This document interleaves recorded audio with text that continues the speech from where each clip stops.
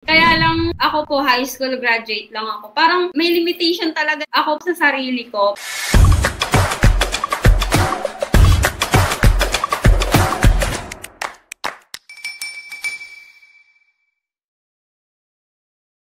Hi Marilyn! Good morning! Good morning po, Coach! Ano ba yung buhay mo before Facebook advertising? 8 years po ako sa electronics company. Nung nanganak po ako sa pangalawa ko, wala na po mag-aalaga. Kaya kailangan ko nang mag-stop. Tapos nasundan pa yung anak ko. Magkasunod sila. Tapos yun, nag-apply ako dito sa amin. May kumuha sa akin. Tindera po. Yung sa gulayan, halos 250 a day lang. Dati nag-VA. Anong klaseng VA ito? Parang lead generation siya. May mga data. Tapos hahanapin ko sa internet.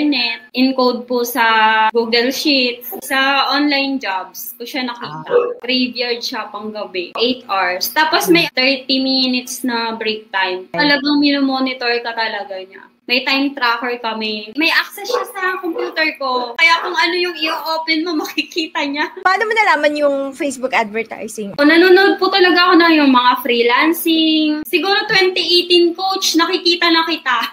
Sabi ko, parang maganda to. Tapos nanonood ako sa YouTube about sa media buyers. Di ba po may free course? Pinanood ko din po yun. Kaya lang ako po, high school graduate lang ako. Parang may limitation talaga ako sa sarili ko. Wala akong confidence para mag-apply ba. Before ka ba mag-enroll sa paid online course, nag-try ka muna ng mga free courses about Facebook ads? Opo. Meron po akong mga trinay. Naghahanap po ako, nagre-research po ako. Parang hindi ko po siya ma-apply kasi feeling ko, kalat ako. Kalat yung information. Tapos nag-decide ka na mag-enroll? Opo. Ang tagal bago ko nakaipon. Gaano katagal ito, Marilyn? 2018, nakikita ko na po kayo. 2023 po ako nag-enroll sa inyo. 5 years. Kumusta yung pag-aaral mo ng Facebook ads nun? Parang overwhelm ako dun sa information. Gusto ko nang magkaroon ng client, kaya lang parang may pumipigil sa akin kasi wala akong confidence. Naisip ko, kaya ko ba itong gawin? Kaya ko bang i-apply sa client? Natatakot akong mag-apply. May mga interview po, hindi ko sinisipot.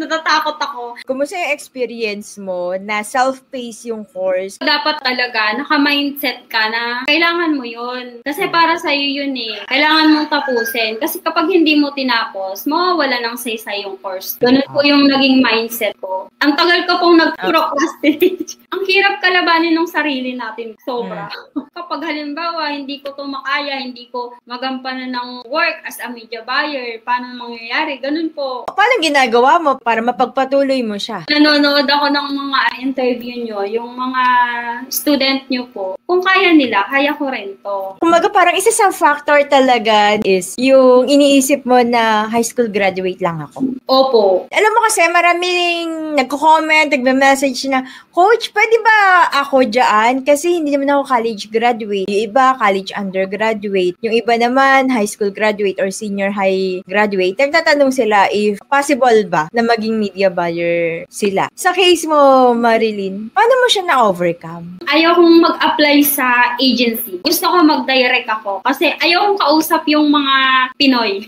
Ano yung naging experience mo sa kapwa Pinoy natin? Yung interview na sabay-sabay kami. Tapos, iba yung feeling ko. Nai-intimidate talaga ako. Tapos, tatanungin ka kung na-college ka. Pag taga-ibang bansa, hindi sila nagtatanong eh. Ano yung kaya mong gawin, ganon. So, about lang sa pagiging media buyer yung tinatanong, no personal information. Opo. Pa-disclaimer lang tayo, no? Siyempre, yung na-experience ni Marilyn ay iba sa magiging experience ng Opo, iba-iba naman po atin.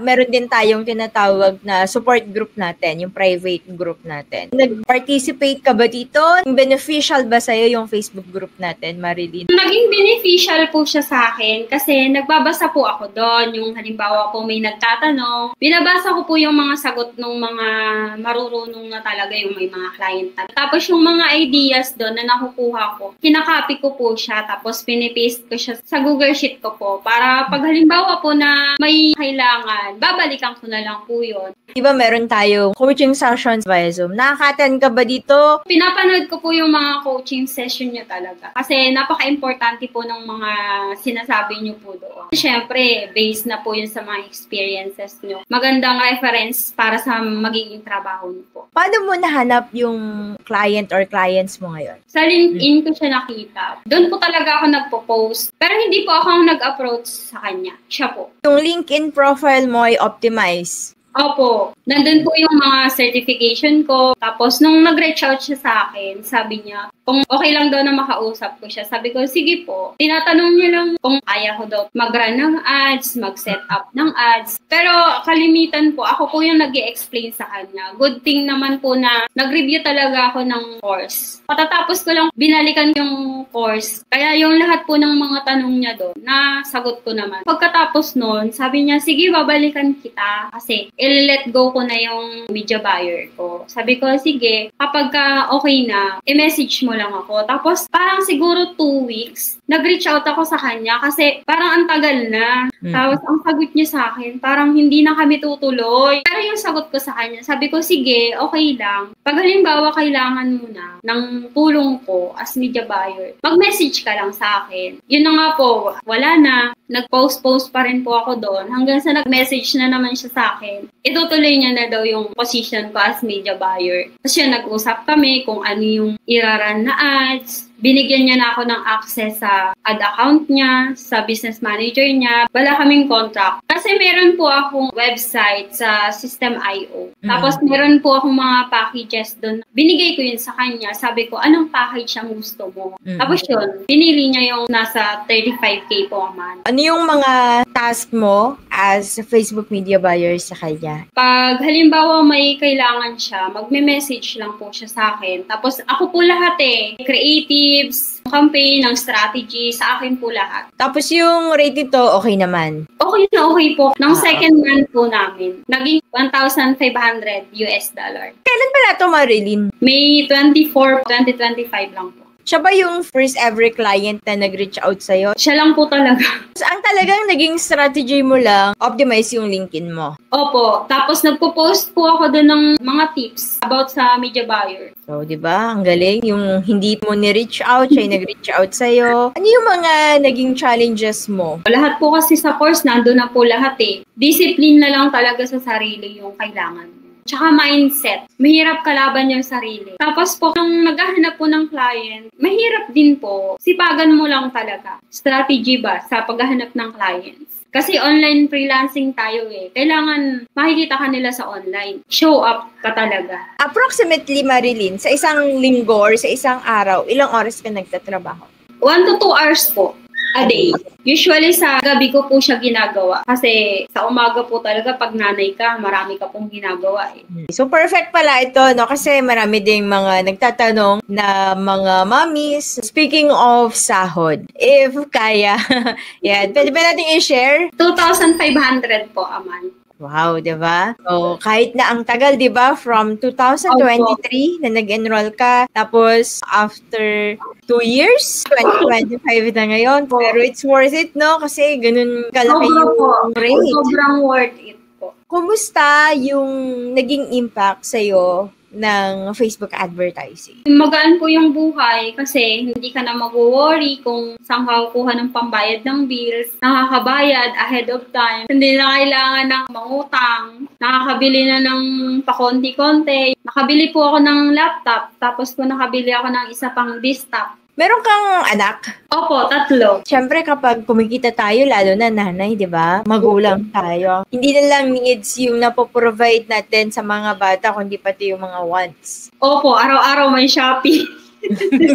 Sobrang sarap sa pakiramdam na yung hindi lang po yung needs yung napoprovide, pati yung mga wants po nila. Grabe, no? $2,500 working 1 to 2 hours per day. Opo. Maraming mga aspiring online freelancers. Ano yung mabibigay natin na tips para sa mga gustong maging media buyer? Dun po sa mga high school graduate or yung mga di po nakapagtapos ng pag-aaral, lalo na po sa college, huwag niyo pong ilimit yung sarili niyo na hanggang dun ka lang. Kasi yung mga client po, hanggang alam mo kung ano yung trabaho, alam mo kung paano mo i-position yung sarili mo dun sa trabaho na hinahanap nila, makakakuha ka po ng trabaho. Tsaka mindset po. Yun po talaga yung number one. Kulang sa akin noong. Tapos, optimize yung mga social media accounts nyo po. Lalo na po sa LinkedIn. Doon ka makakakuha ng mga direct na client. Mag-post ka ng mga tips about sa role na gusto mong applyan. Yung mga pain points nila, yung mga tanong nila, sagutin mo doon sa post mo. Mag-stand out ka sa mga ganun. Aralin mong maigi yung mga pain points ng mga business owners. Sa mga aspiring online freelancers, meron akong kinarate na media buyer roadmap. Yung media buyer roadmap na yon, meron yung 3 videos. It's all about online freelancing, ano ba yung mga kailangan mo para maging online freelancer ka, ano yung mga equipments na kailangan mo, as well as yung mga soft skill na kailangan mo. Sabi nga ni Marilyn, it's mindset, di ba? Na parang pag high school graduate ka, parang nakakahon ka na hanggang dito ka na lang. Opo. Pero dahil sa online freelancing, lahat tayo pantay-pantay na. Hindi na lamang yung mga may degree or yung mga college graduate. So, regardless kung ano yung educational attainment mo, kung ikaw ba ay high school graduate, kahit nga elementary graduate ka, kayang-kaya mo eh, di ba? Sa sarili mo talaga yon, di ba? Mindset nga, di ba? Ito pagiging Facebook media buyer, paano mo siya aralin or ano ba yung ginagawa ng media buyer? So, yung 3 videos na yon ay nandoon sa ating media buyer roadmap. Ilalagay ko dito sa description link, yung link ng ating media buyer roadmap. Kailangan nyo lang mag-sign up, ilagay ang inyong first name, last name, and of course, email address para ma-receive nyo yung inyong access sa media buyer roadmap. Sobrang thank you po. Kasi nag-research po ako about sa Facebook media buyer, sa online. Kaso parang hindi po siya sapat. Kaya thankful po ako na nag-enroll po ako sa course nyo. Kasi nandun na po lahat eh. Aaralin mo na lang, i-a-apply mo na lang para magkaroon ka ng client talaga. Parang susundan mo na lang siya step by step. Nandun na lahat. Wala pong sayang. Thank you, Marilyn. What if ikaw naman ang maka-experience ng ganitong klaseng buhay? Kumikita ka habang nasa bahay ka kasama ang pamilya mo. Click the subscribe button para sa mga susunod na inspiring stories ng mga successful online freelancers.